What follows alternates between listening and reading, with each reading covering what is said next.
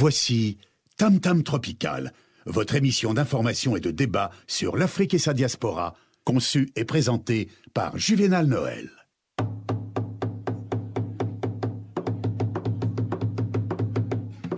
Plusieurs siècles avant la création du télégraphe, au cœur de la forêt équatoriale d'Afrique, les populations communiquaient déjà à distance, grâce au tam-tam. En un temps record, des messages étaient relayés dans plusieurs contrées. Tam Tam Tropical, l'Afrique chez vous, chaque mardi de 19h à 20h sur Radio Pluriel.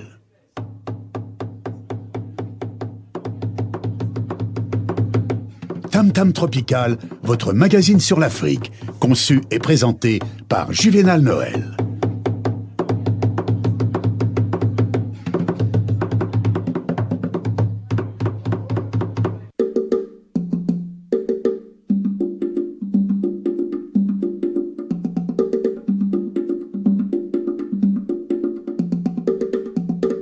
Trafic des migrants en Tanzanie, 5 arrestations ont eu lieu. Les services publics chargés de la migration en Tanzanie ont arrêté 5 personnes qu'ils accusent de faire voyager illégalement des femmes du pays vers l'Asie et le Moyen-Orient.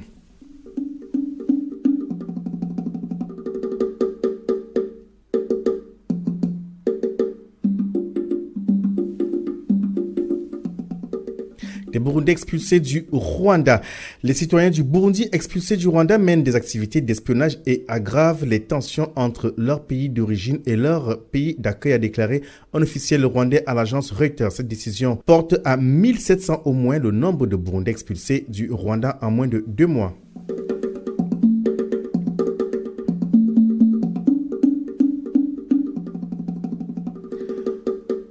Au nord du Cameroun, revoilà les coupeurs de route. Le nord du Cameroun est dans de nouveau le théâtre d'une série d'attaques perpétrées sur les routes. Les auteurs de ces attaques, appelés coupeurs de route, commettent des violences sur des passagers sur les routes du nord depuis plusieurs semaines. Voilà pour le sommet. Le développement de toutes ces informations est bien noté dans quelques instants.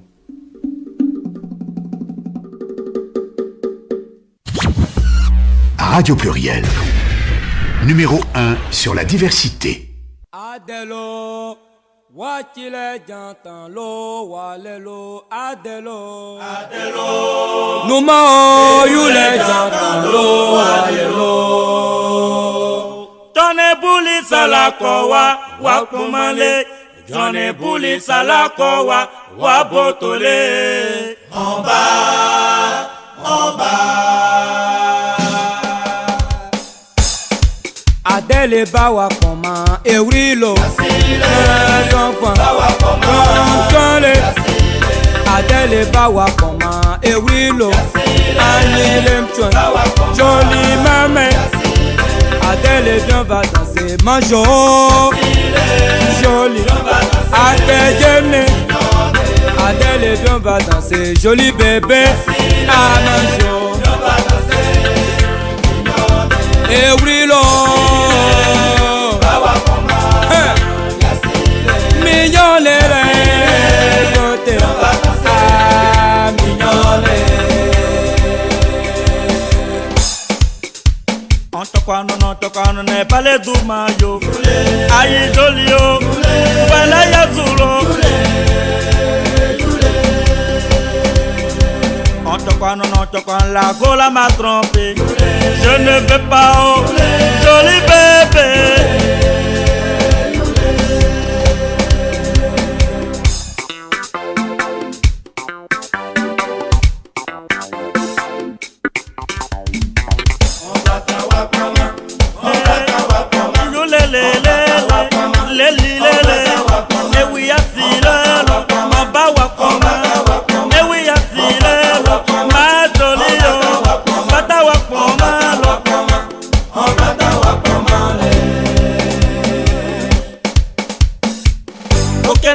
Gona sele yambwe mama leki kokena boni gona sele yambwe mama le joli bébé mama le joli bébé mama leki oh mama leko mama leki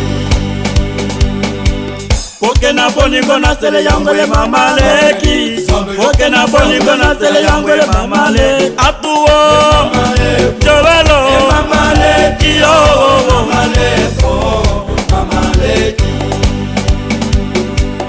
les Yule en mouvement. Yaya Loya.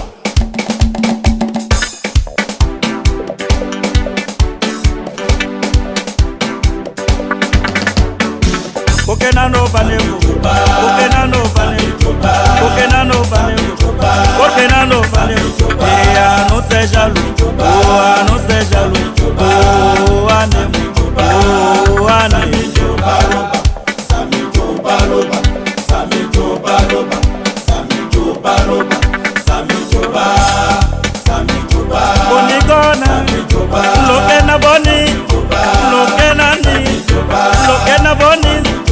Lokena bonini, ema ezakima, kofiolo mite, papa wemba. Lokena boningona, eta bonigo zakima. Ah, c'est jaloux, ah, c'est jaloux. Kokena no samijo, kokena no zino, kokena no samijo, kokena no zino, kokena no samijo. Bonigo ya solo, lokena bonite, lokena nize, ema ezakima, lokena lene, lokena bonite, lokena nene.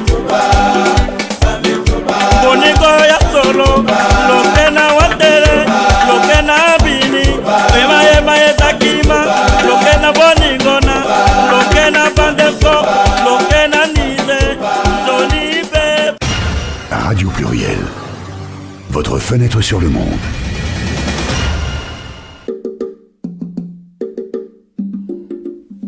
Mesdames, Messieurs, bonsoir. Nous sommes ensemble pour une cinquantaine de minutes d'informations sur l'Afrique et sa diaspora.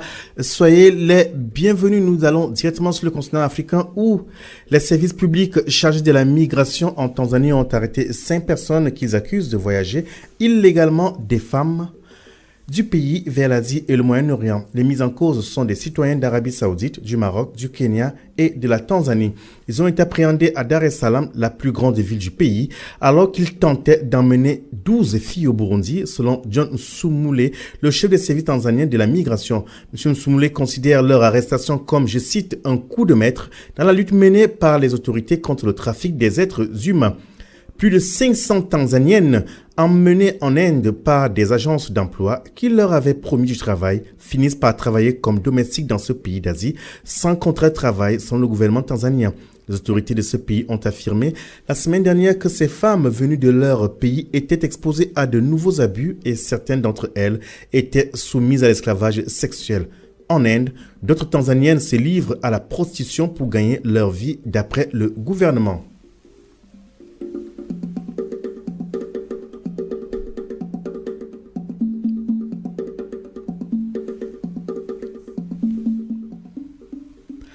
De retour à Lyon, dont l'association des Burkinabés de Lyon entend appeler en abréviation ABL et son partenaire Jacques Effa, vous invitons à une réunion d'information sur le web et les réseaux sociaux le lundi 20 juin prochain dès 17h. Pour en savoir davantage, nous sommes avec Fabienne Dumas. Bonsoir.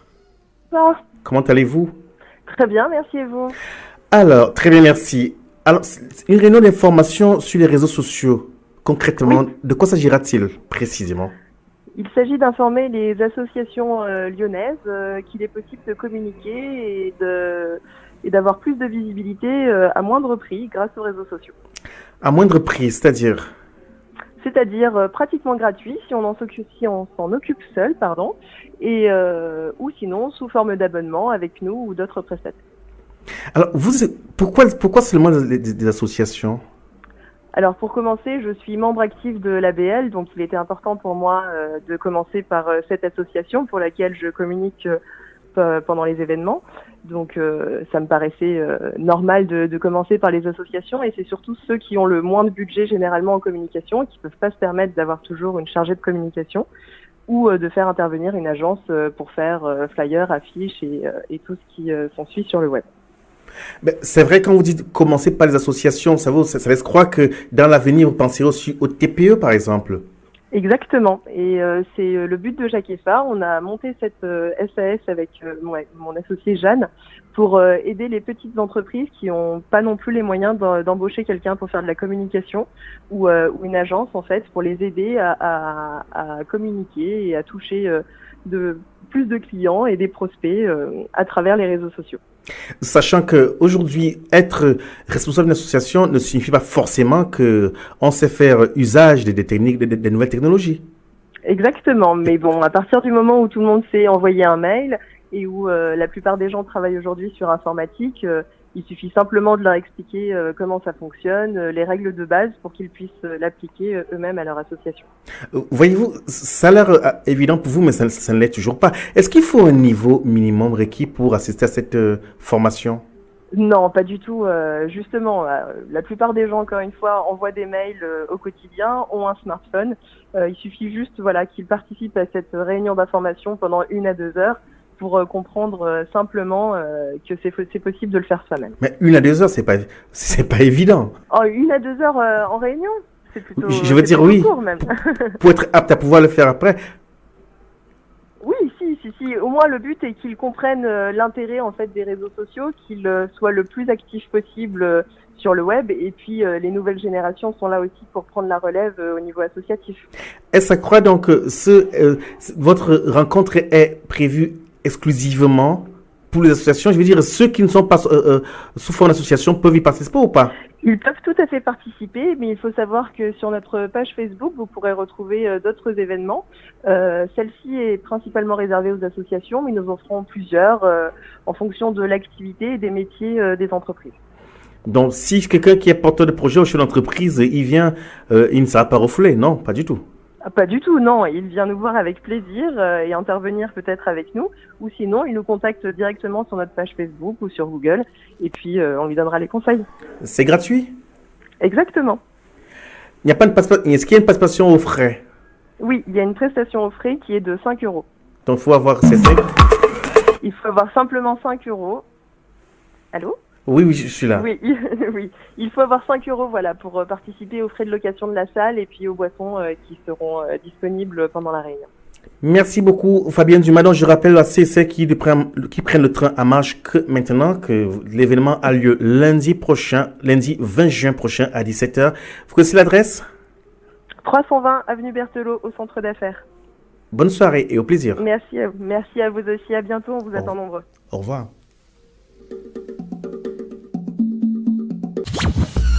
Radio Pluriel, numéro 1 sur la diversité.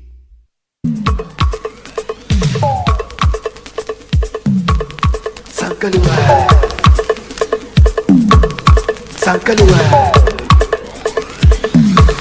Sankalewa, Sankalewa, hey hey hey hey hey.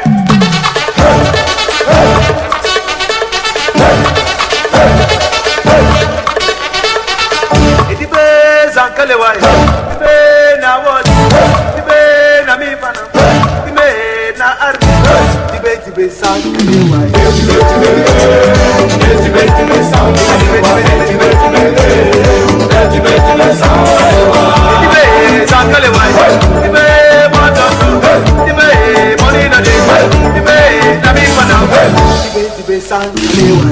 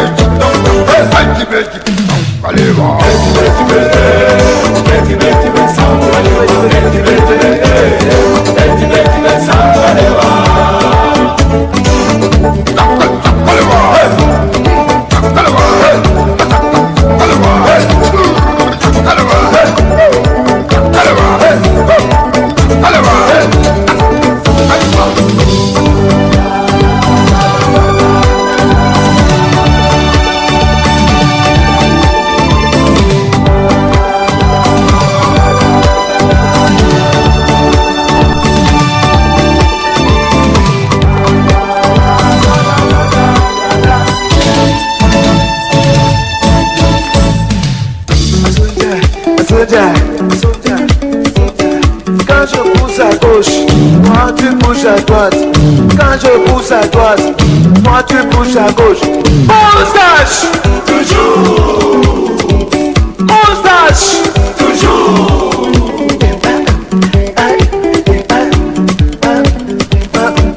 En avant, marche. 1, 2, 3, 4. Et wa wa wa wa wa. En avant, marche. 1, 2, 1, 2.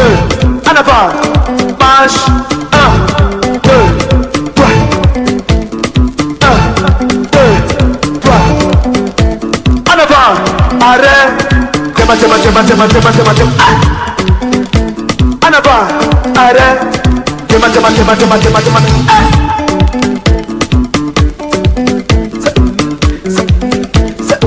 Bâti la tête. Montage. Toujours. Non, toujours Magario. Oh, oh. Et ça, c'est vraiment la musique, non?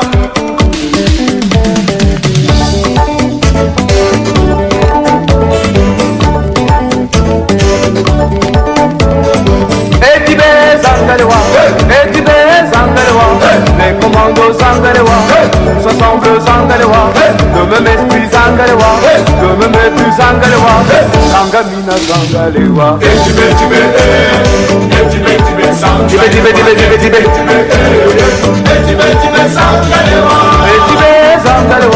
Les commandos Zangalewa, en de destin Zangalewa, le qui Zangalewa, c'est Vera Zangalewa, si bémol Zangalewa, Kushiti Zangalewa, Kuli Zangalewa, Abele Zangalewa, Meundo Zangalewa, Chano Zangalewa, Ondomo Zangalewa, Clément Zangalewa.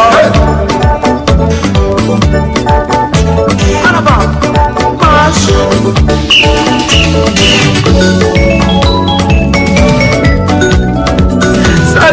Ça panique.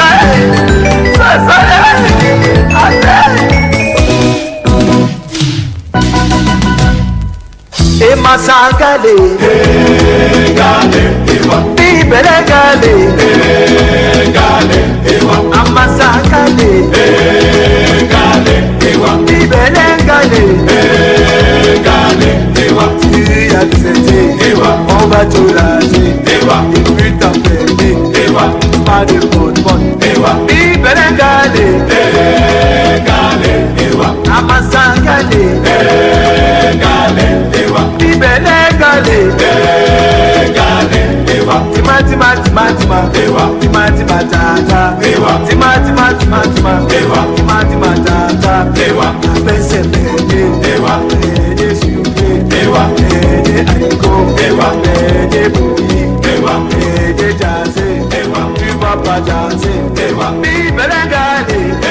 Tam Tam Tropical, c'est tous les mardis soirs de 19h à 20h sur Radio Pluriel.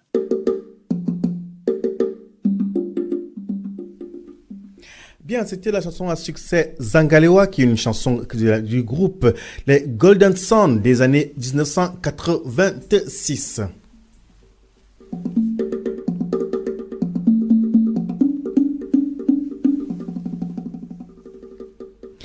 Nous restons sur le continent, on va en Afrique australe, c'est en Afrique du Sud où Barry Steenkamp s'est présenté ce mardi pour la première fois aux audiences du procès de l'athlète paralympique jugé depuis 2014 pour avoir tué sa fille.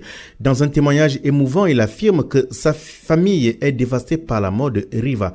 Pistorius, je cite, doit payer pour ce qu'il a fait. Il doit payer pour son crime, a insisté Barry Steenkamp, qui n'a pas pu se présenter aux précédentes audiences pour des raisons de santé. Il dit croire que sa fille s'est disputée avec Oscar Pistorius durant la nuit où ce dernier l'a tué dans les toilettes de sa maison en février 2013. Une décision de la justice est attendue d'ici vendredi concernant l'athlète paralympique sud-africain jugé coupable du meurtre de son ami.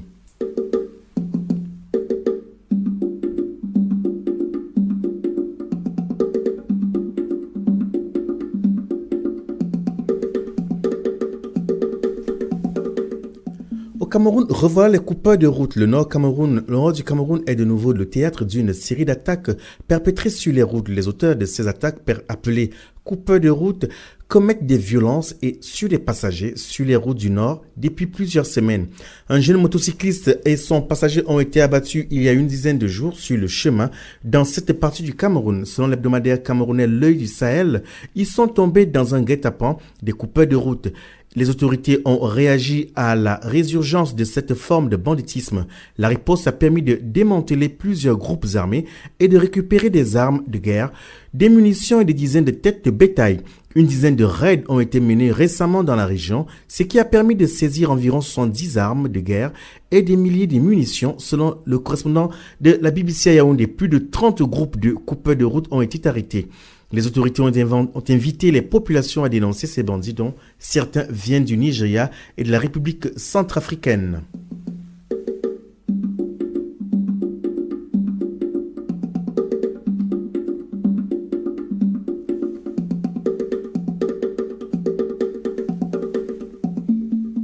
Nous restons en Afrique centrale où le Gabon, d'importantes quantités d'espèces forestières protégées sont coupées et vendues clandestinement sur le marché asiatique notamment, selon Brain Forest, une organisation non gouvernementale représentée au Gabon. Elle affirme que des cadres de l'administration gabonaise seraient impliqués dans ce trafic. L'exploitation du bois est la deuxième ressource économique du Gabon. Des espèces comme l'okoumé ou le kesavingo sont les bois préférés des exploitants forestiers qui les exportent vers l'Asie, la France et d'autres pays d'Europe et d'Afrique. Pour inciter les entreprises de ces pays à s'installer au Gabon, le président gabonais Ali Bongo avait interdit en 2009 l'exportation des grumes. Depuis que la mesure interdisant l'exportation des grumes a été prise, le chiffre d'affaires de l'industrie du bois a triplé en passant de 38 milliards de francs CFA en 2009 à 114 milliards en 2014, affirme le chef de l'État gabonais.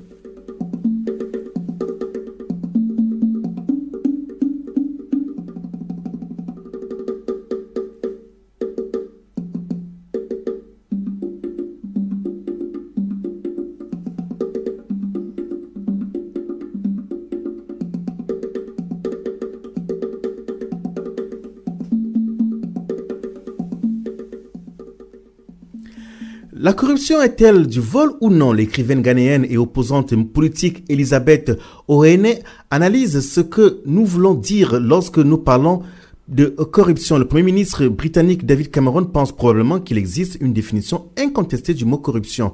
Le sommet international contre la corruption organisé à Londres le 12 mai s'est tenu autour de la perception commune que nous en avons tous, la seule différence étant de savoir qui ou quel pays est plus corrompu qu'un autre. Il y a eu beaucoup plus d'excitation autour de M. Cameron disant à la reine Elisabeth que les dirigeants des deux pays fantastiquement corrompus, l'Afghanistan et le Nigeria, allaient participer à la conférence.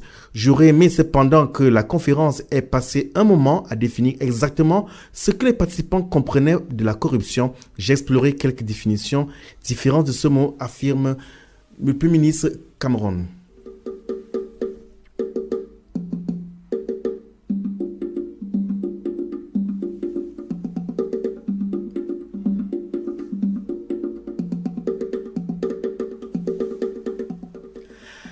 Les abeilles élisent domicile chez Senghor. La petite plaque plantée à l'entrée de la ville de Joal et sur laquelle on peut lire le nom de la localité est loin d'indiquer aux visiteurs qu'il est dans l'espace qui a enfanté le premier président du Sénégal.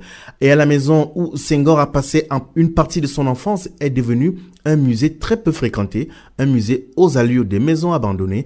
La maison, on l'appelle Mbin Ndiogoye. Je m'excuse si j'écorche, c'est en Wolof. J'ai pas forcément le sourire de notre réalisateur, Sénan Sibouloukoé, en dit long.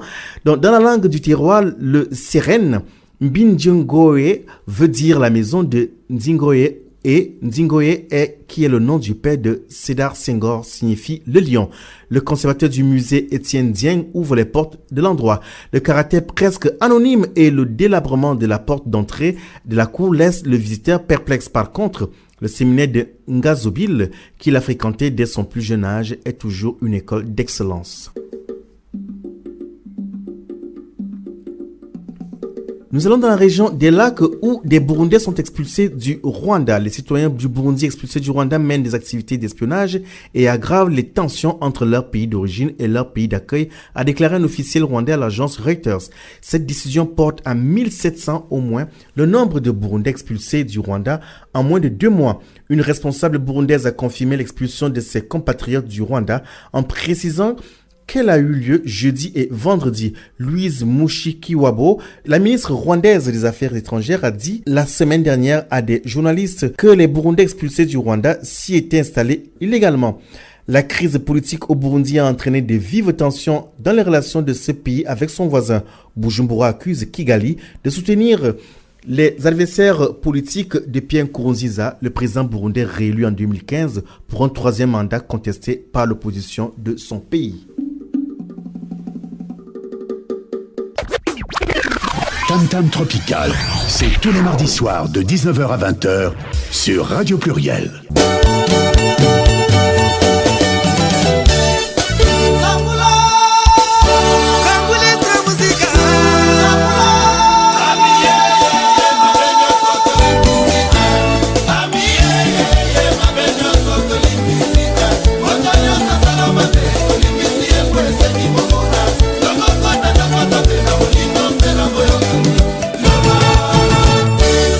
L'homme puissant, très puissant, vraiment puissant, Théodore Gema Obia.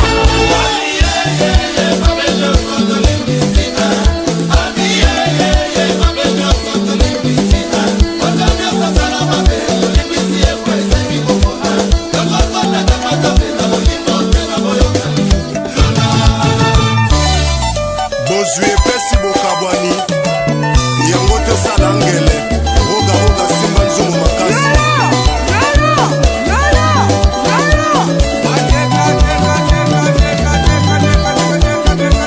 Claudicia, Etienne Noël à l'SFR. Costi est cas incontournable du 3e millénaire.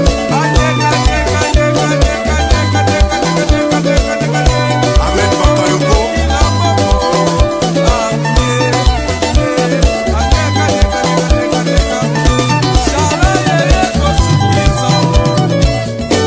Le seul et unique extra musique à comme Dieu, nous voici dans Chalaï.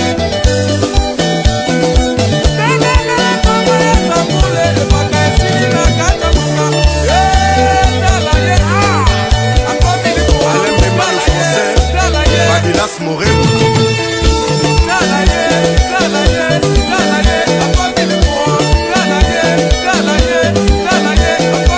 Olivier Dati Asidiop.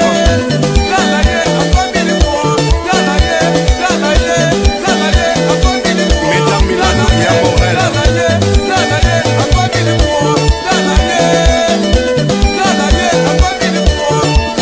Aristo le chef du village à Niamey.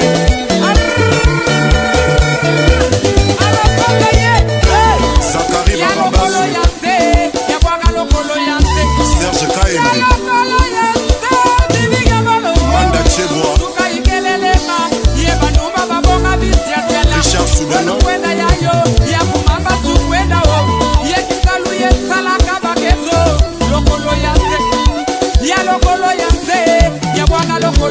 Paulin Mukendi.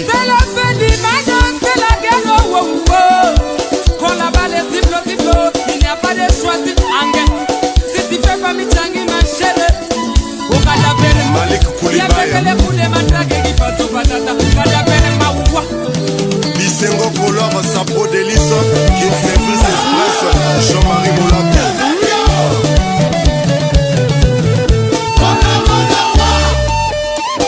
Sio Ernesto habilleur de qualité.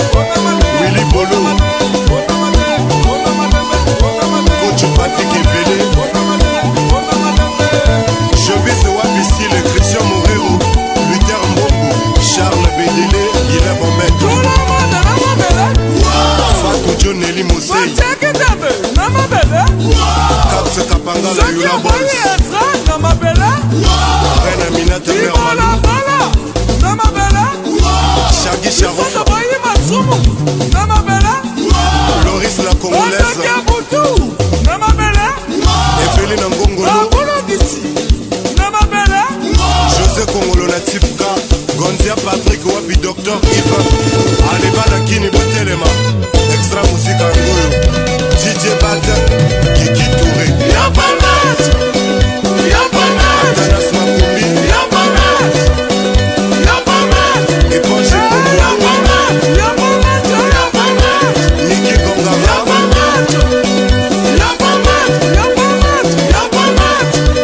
Allez la chance flash Radio Star. Appelle-moi Bad Boys. Golf FM.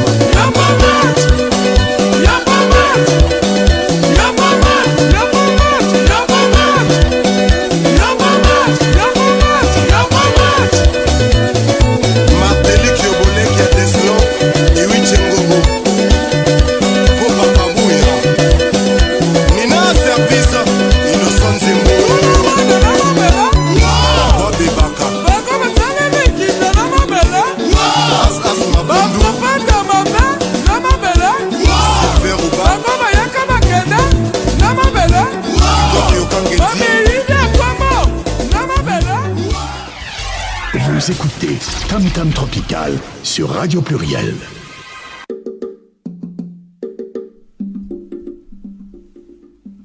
Nous restons au Burundi où une explosion meurtrière où 5 personnes ont été tuées et 5 autres blessées dans l'explosion d'une grenade dans la ville natale du président burundais Pierre Nkurunziza. Les blessés sont tous des chauffeurs de taxi. L'explosion a eu lieu près d'une école élémentaire. L'une des personnes décédées est un soldat de service, lequel détenait des explosifs. Il reste à savoir si l'explosion est préméditée ou si elle est arrivée de manière accidentelle. Elle a eu lieu lorsque le soldat rejoignait son lieu de travail. Des témoins l'ont entendu crier avant l'explosion de la grenade. Des explosions, rappelons-le, similaires, ont fait plusieurs morts à Bujumbura, la capitale du Burundi, durant ces derniers mois.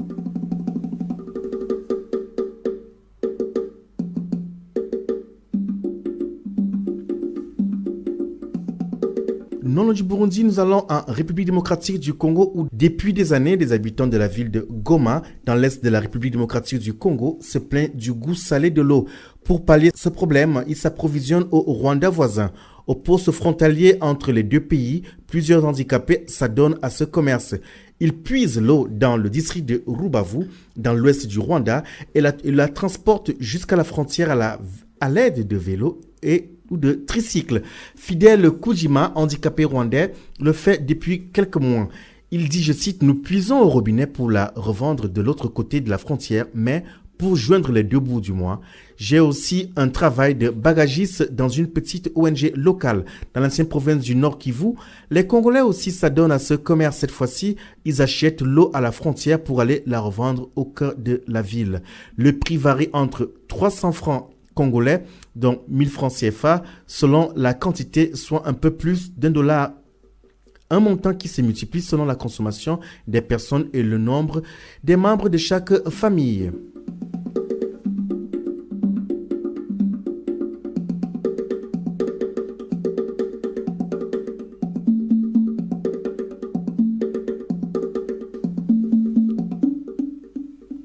Restons dans la sous-région Afrique centrale où les autorités de la Centrafrique appellent à la vigilance. Le calme est revenu dans le 3e arrondissement de Bangui hier lundi, après un regain de tension durant la nuit de samedi à dimanche ayant fait 3 morts, selon nos correspondants locaux de la BBC.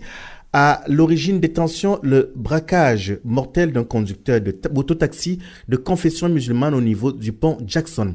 La circulation paralysée durant la journée du dimanche avait repris normalement sur l'avenue Barthélemy Boganda qui mène au monument Koudougou.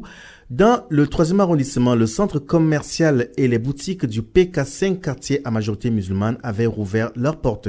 Les appels au calme se sont multipliés depuis dimanche matin de la part des autorités, notamment le ministre de la Sécurité publique Jean-Serge Bokassa. M. Bokassa a invité, je cite, tous ses compatriotes au calme, appelant les forces de sécurité nationale et les forces étrangères présentes sur le sol centrafricain à rester vigilantes.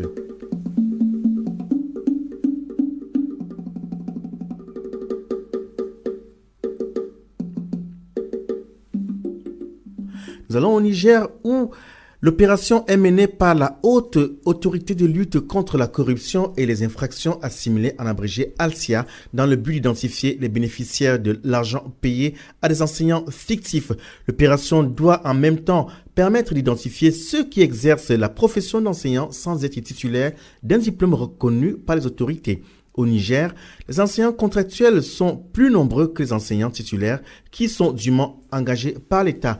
Mariama Moussa, appelons-la ainsi, une enseignante contractuelle depuis 6 ans, est en poste dans une classe du centre-ville de Niamey, la capitale du Niger. À l'arrivée des enseignants enquêteurs de la ALSIA, elle suspend le cours pour répondre à l'interrogatoire. Ça s'est bien passé, dit-elle. Les enquêteurs m'ont demandé des documents, je leur ai montré mon brevet, mon diplôme de l'école normale et mon certificat de nationalité, déclare cette dernière. Je pense que c'est une opération de contrôle qu'il faut mener. Certains enseignants sont décédés et leurs familles continuent à percevoir leur pécule, affirme Mariama Moussa. Moussa Mani, un autre enseignant contractuel, appelons-le ainsi, approuve l'initiative lancée par le gouvernement. Il dit « Ce n'est pas normal que les gens perçoivent des pécules au nom des contractuels fictifs qui n'existent plus. Cette initiative est à saluer, affirme-t-il. » Rappelons donc que la contractualisation du métier d'enseignant connaît des difficultés au Niger.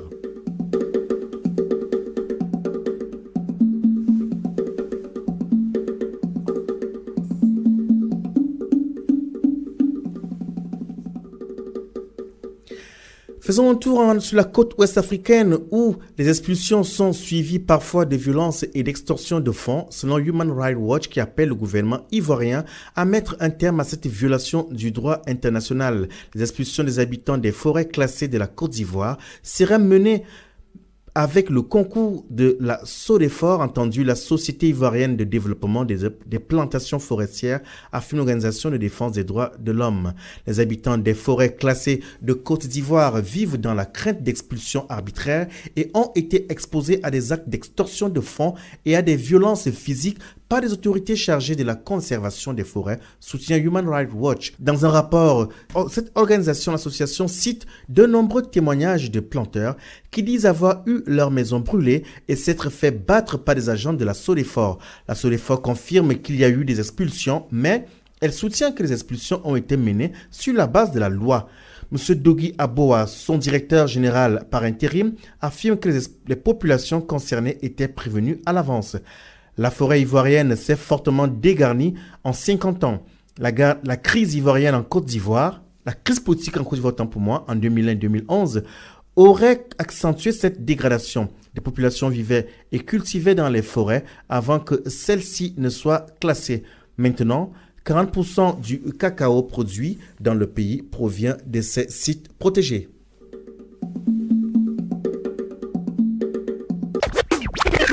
Tam Tam Tropical, c'est tous les mardis soirs de 19h à 20h sur Radio Pluriel.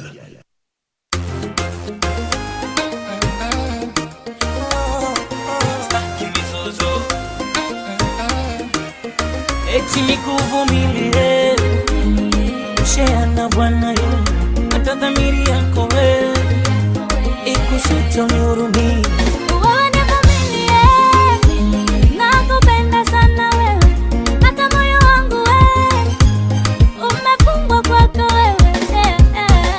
Sijui mapenzi kwa sababu kakimbia, hawalikwepo kitambo ukutaka kuniambia, na kiherehere cha kuposti vipicha wenzangu wananichora na kusema ujuri nilikuwa mimi umeninyima amani.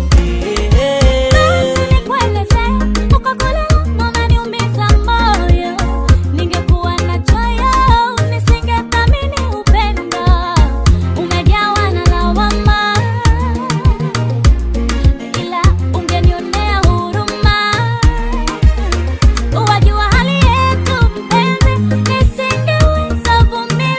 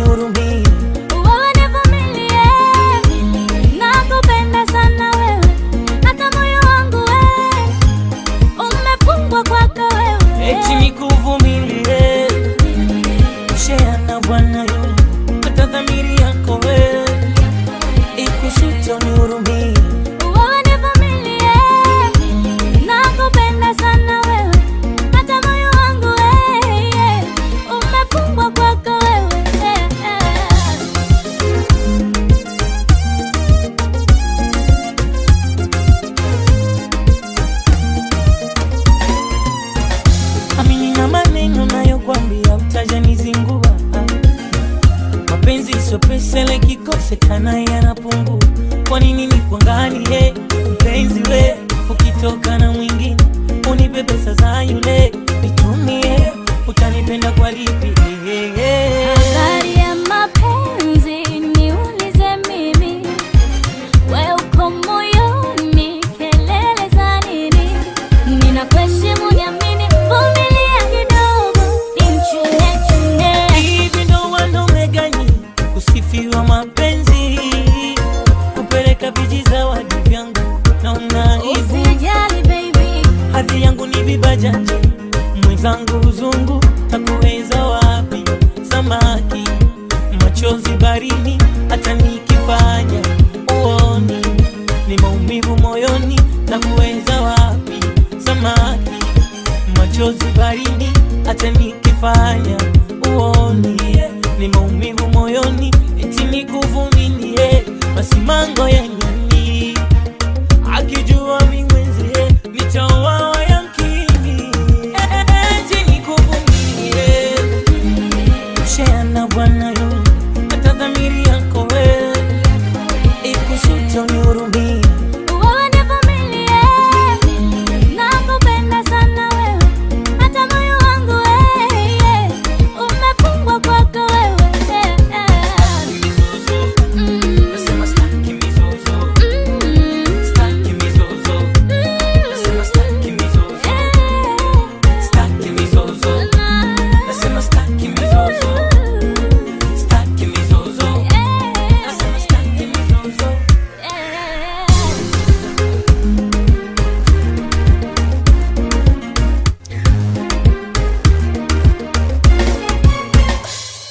Retour dans ce 11.5 de Radio Pluriel. Après cette belle musique, nous repartons sur le continent. Nous restons sur le continent où le terrible attentat d'Orlando aux États-Unis a été unanimement condamné sur le continent africain. Mais un certain embarras a été constaté, embarras concernant la cible de cette attaque, à savoir la communauté homosexuelle.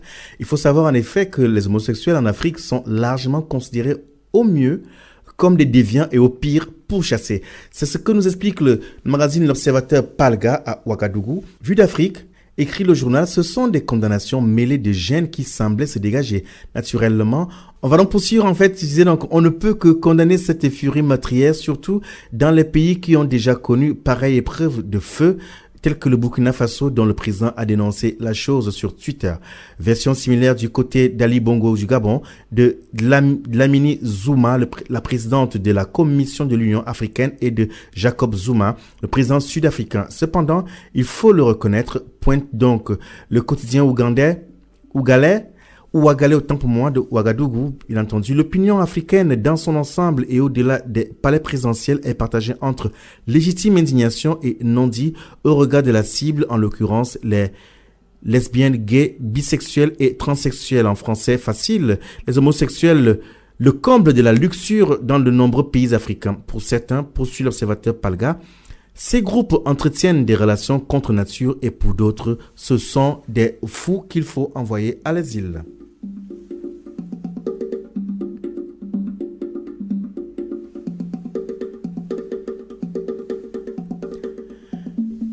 Le président indien en Afrique pour resserrer les liens économiques. Le président indien arrive donc ce jour, 14 juin à Abidjan, en Côte d'Ivoire. Pranab Mukherjee poursuit sa tournée africaine débutée dimanche dernier pour 6 jours après s'être rendu d'abord au Ghana et avant d'aller en Namibie. Un voyage éminemment économique alors que l'Inde poursuit son développement économique et entend profiter du ralentissement chinois pour gagner quelques points en Afrique avec une croissance de 7,6. L'Inde est l'économie la plus dynamique du monde. Puissance industrielle, elle a un besoin vorace de matières premières et notamment de pétrole. Pour s'approvisionner en or noir, l'Inde compte sur le Soudan, l'Angola ou encore le Nigeria, dont elle est devenue en 2014 le premier importateur de brut. Mais le géant asiatique a toujours besoin de sécuriser ses approvisionnements et donc de diversifier ses fournisseurs. Une visite au Ghana et en Côte d'Ivoire, jeune producteur de pétrole, prend ainsi tout son sens.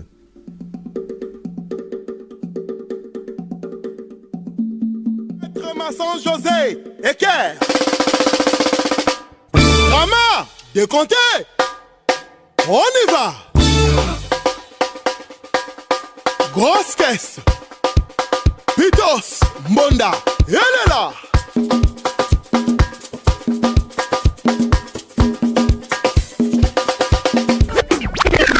Tam Tam Tropical, c'est tous les mardis soirs de 19h à 20h sur Radio Pluriel.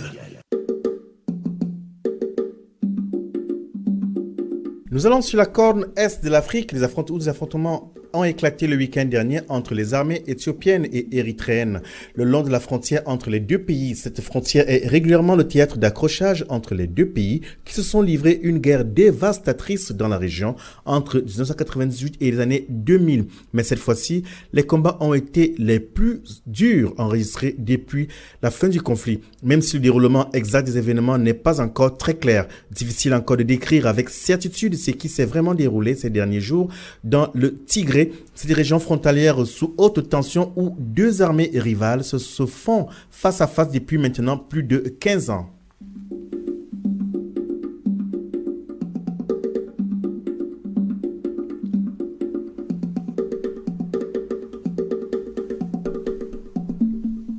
L'économie bleue sera dans le levier de la croissance durable pour l'Afrique. Respect de l'environnement, croissance durable, production à faible coût favorisant l'emploi.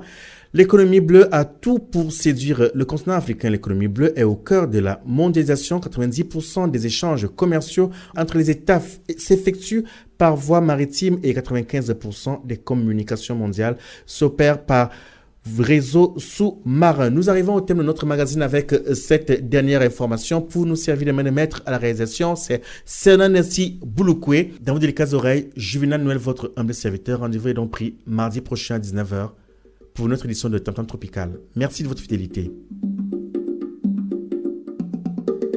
Plusieurs siècles avant la création du télégraphe, au cœur de la forêt équatoriale d'Afrique, les populations communiquaient déjà à distance, grâce au tam-tam. En un temps record, des messages étaient relayés dans plusieurs contrées. Tam Tam Tropical, l'Afrique chez vous, chaque mardi de 19h à 20h sur